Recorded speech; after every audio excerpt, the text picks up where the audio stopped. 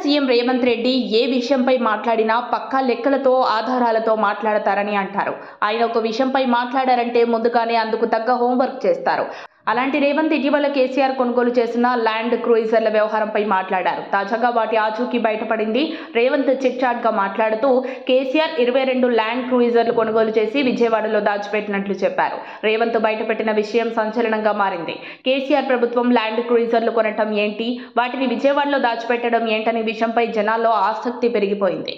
దాంతో క్రూయిజర్ల కార్ల ఆచూకీ కోసం ఇంటెలిజెన్స్ అధికారులు ఆరాలు మొదలుపెట్టారు. విజయవాడకు వెళ్లిన ఇంటెలిజెన్స్ అధికారులకు ల్యాండ్ క్రూయిజర్లు కనబడ్డాయి. విజయవాడ వీరపనేని ఇండస్ట్రియల్ పార్క్లోని త్రినైని ఇంజనీరింగ్ వర్క్స్ లో 22 కార్లు ఉన్నట్లు కనుక్కున్నారు. ఈ 22 కార్లను బుల్లెట్ ప్రూఫ్ చేయించడంతో పాటు శాటిలైట్ ఆధారిత జీపీఎస్ సాంకేతికతను ఏర్పాటు చేయడం కోసమే విజయవాడలో ఉంచినట్లు తెలుసుకున్నారు. అయితే ఈ కార్లకు ఇంకా బుల్లెట్ ప్రూఫింగ్ జరగలేదని సమాచారం.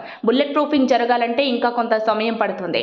కేసీఆర్ ప్రభుత్వం 66 కోట్లు పెట్టి 22 ల్యాండ్ క్రూయిజర్లను కొనుగోలు చేసింది. ఎందుకంటే మూడోసారి ముచ్చటగా తానే అధికారంలోకి వస్తారన్న నమ్మకంతోనే. నిజానికి ఇంత ఖరీదైన కార్లను కొనాల్సిన అవసరం లేదు. అప్పటికే కేసీఆర్ కు 2 కాన్వాయ్లు ఉన్నాయి. అన్ని కూడా బుల్లెట్ ప్రూఫ్ కార్లే.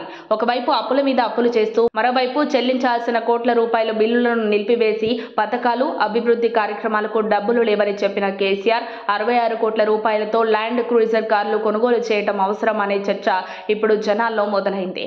జనాల సొమ్ముతో కేసీఆర్ చేసుకున్న షోకులపై జనాలు మండిపడుతున్నారు.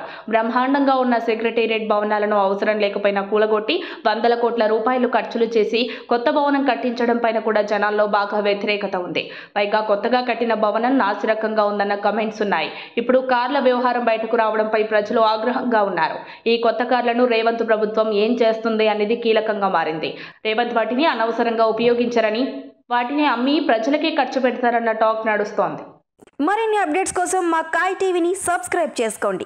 మా వీడియో కనుక మీకు నచ్చినట్లయితే లైక్ చేయండి, షేర్ చేయండి. మీ విలువైన అభిప్రాయాలను కామెంట్ బాక్స్లో తెలియజేయండి.